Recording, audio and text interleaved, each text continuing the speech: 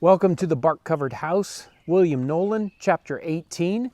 And now we get to hear a little bit about what's happening as we're in the early 19th century. In the 1830s, we run into railroad stories, which kind of, surprises me. So this is going to be an interesting chapter.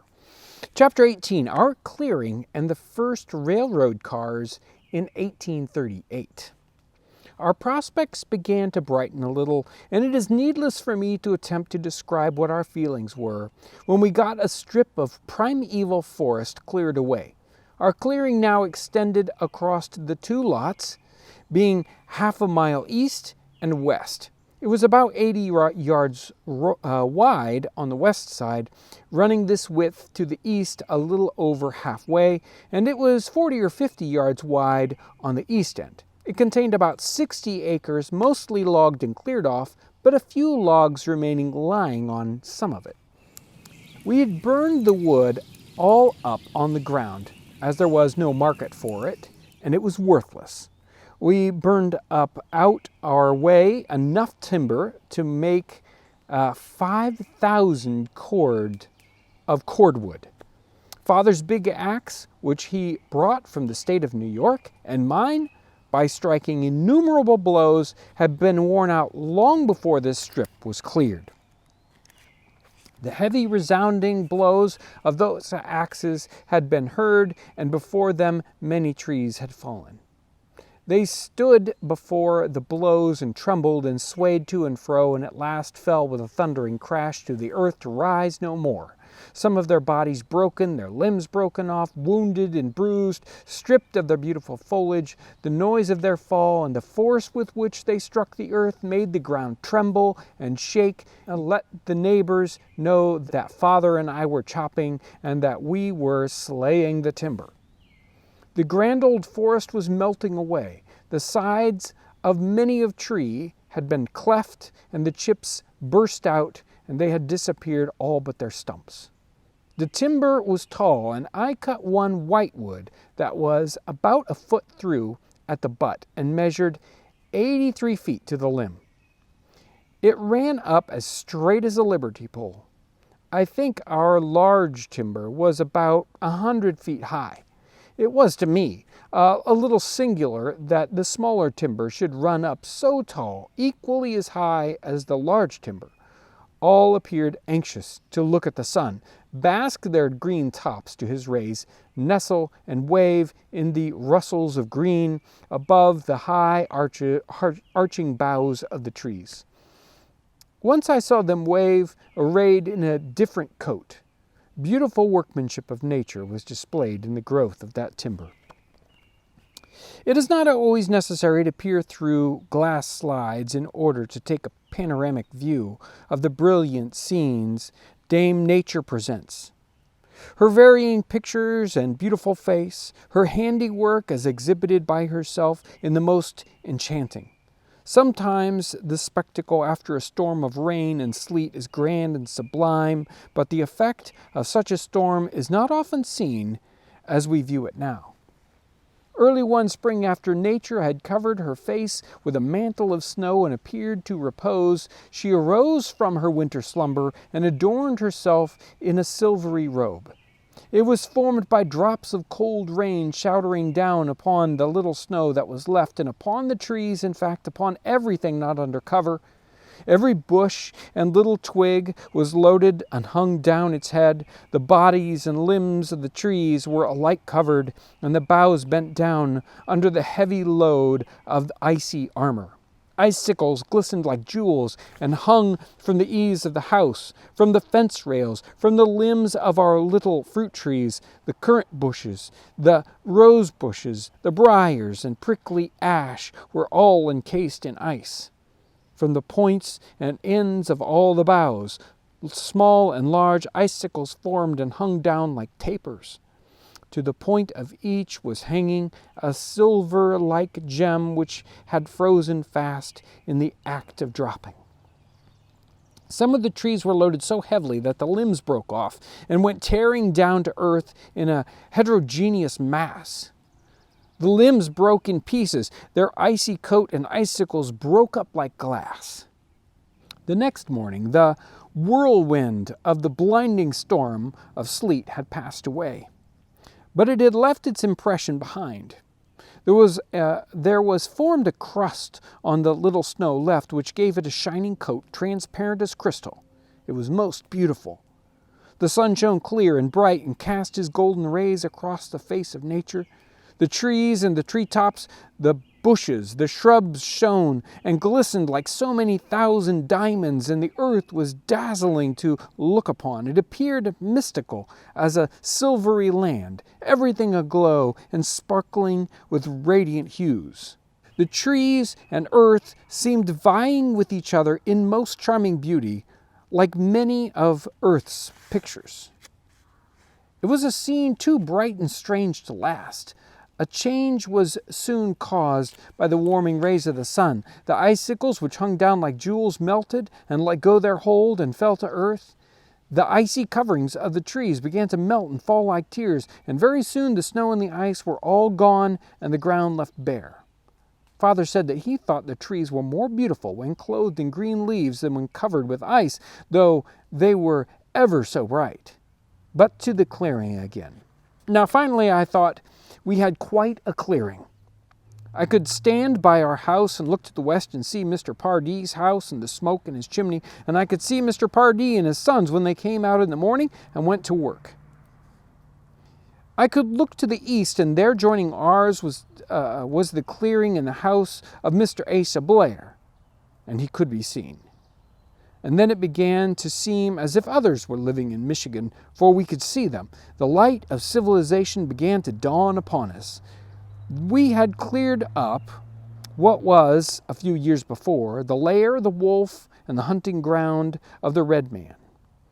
The Michigan bird of the night had no more chance to make his nest in the hollow trees and live there, but had to go back to the woods, where we could hear him almost every evening hallooing, "Hoo, hoo, hoo." His nearest neighbor would answer him, "Hoo, hoo." And then they would get together and have a great talk about something. Whether they were talking about our chickens or our clearing off their woods and driving them away or something else, I could not say, as I did not understand what they said. Father said that our best wood was worth something, as the road, which is now the Michigan Central Railroad, has got as far as Dearborn, and they are building it farther west.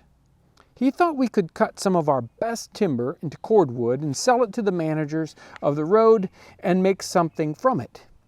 We drew some of our first cordwood that they used on the railroad and continued to furnish a share of it for years. We had learned what day the first steam car was expected out to Dearborn. I went to see it, as it was to be there at a certain time of day. I was in time, and with others waited anxiously for its appearance. While we were waiting, I heard that there was to be a race from Mr. Conrad Tennick's, a distance of 1 mile, to Dearborn. William Kremer, a young man who lived at Tennick's, had made up his mind to have the race on his own hook and let the people of Dearborn see him come in. He got his sorrel, white-faced pony, and had him saddled and bridled and whaled in readiness, so that when the iron horse came opposite, he could try him a race to Dearborn, and likewise try the speed of his pony. I don't suppose the railroad men knew anything about his arrangement, as the Tennick Tavern, where he started, stood within 20 yards of the railroad. No doubt some of the railroad men saw him when he started. Toward the village roads ran nearer and nearer together for about 100 yards, then came side by side for a short distance. As he had a little the start and came to the narrows first, he must have been in plain sight of the men on the cars. It is easy to imagine how the puffs of the iron horse scared the little sorrel and gave him, if possible, more speed. The passengers who saw him might have thought it was another train band captain, John Gilpin, running after his wife. Nearly all the people of Dearborn, who were but few at the time, had gathered in front of the arsenal in the Chicago road at the side of the Dearborn house and were anxiously waiting. And from this point, we could see a half a mile down the Chicago Road east, and we could see the smoke of the engine beyond the Tennick place. The time appointed was up, and we were very impatient, waiting and looking for the least sign of the approach of the long talked of cars. And as we were waiting, someone said the cars would stop for Mr. Tennick, as he was the richest and most influential man there that was in the town, and the road ran a long way through his farm. Some said, of course they would stop and take him on. At last we could hear a distant rumbling like the sound of 1,000 horses running away, and we saw the smoke. And as they came nearer, we saw a long strip of smoke disappearing in the air. The cars were approaching us rapidly, and stopped for no one.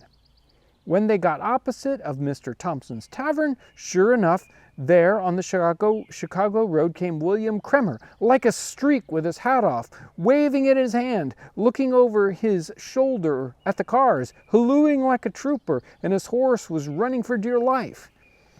He had beat them for the mile. Of course, before Kremer got up to us, we all started for the railroad, which was about 25 yards to the rods to the south, to see the iron horse come in. He came prancing and pawing upon the iron track, and he disdained to touch the ground. His body was as round as a log. His bones were made of iron. His veins were filled with heat. His sinews were of brass, and every time he breathed, he snorted fire and smoke. He moved proudly up to the station, little thinking that he had just been beaten by a dearborn horse. With his iron reins, he was easily controlled and held in subjugation by his master. His groom pampered and petted him and rubbed him down and oiled his iron joints and gave him water to drink. He fed him upon the best of cord wood, as he relished that very well and devoured it greedily. The contents of his iron stomach seemed to be composed of fire. And while he was waiting, he seemed to be very patient, letting off and wasting his breath, and seemed eager for a start. He was sweating profusely, and the sweat was falling in drops to the ground. When all was ready, the cry was, "All aboard!" and away he went snorting at every jump. I went home and told the wonderful story of the sight I had seen, and there was but little talked about at our house except the cars until the whole family had been to see them. We thought surely a new era had dawned upon us and that Michigan was ready to be quite a country. William Knowlin really starts to have fun with the writing here. The story and the description of the ice storm that covers the forest, and the ice storms are just a beauty to behold. Very, very destructive to the trees and things around it, and now of course power lines and whatnot when you got a big ice storm, but it is so very beautiful. And nowadays when that happens, you know, it's really the time to get out with your camera before all that ice melts and take some amazing pictures. It's always so beautiful, and he does a great description here. I love that. And then he gets into, you know, describing this whole first encounter with the train, which you can imagine would be quite an event in an area like that, where you're really kind of in the back country, and yet, you know, you get to see the very, you know, newest kind of transport that comes into the area, and probably changes the area very quickly after that comes in. So a great story, great descriptions by William Knowlin. Thank you so much for joining me for this chapter of the Bark Covered House. I hope you've enjoyed it. I know I have, and make sure to tune in for the next one. Thanks for watching.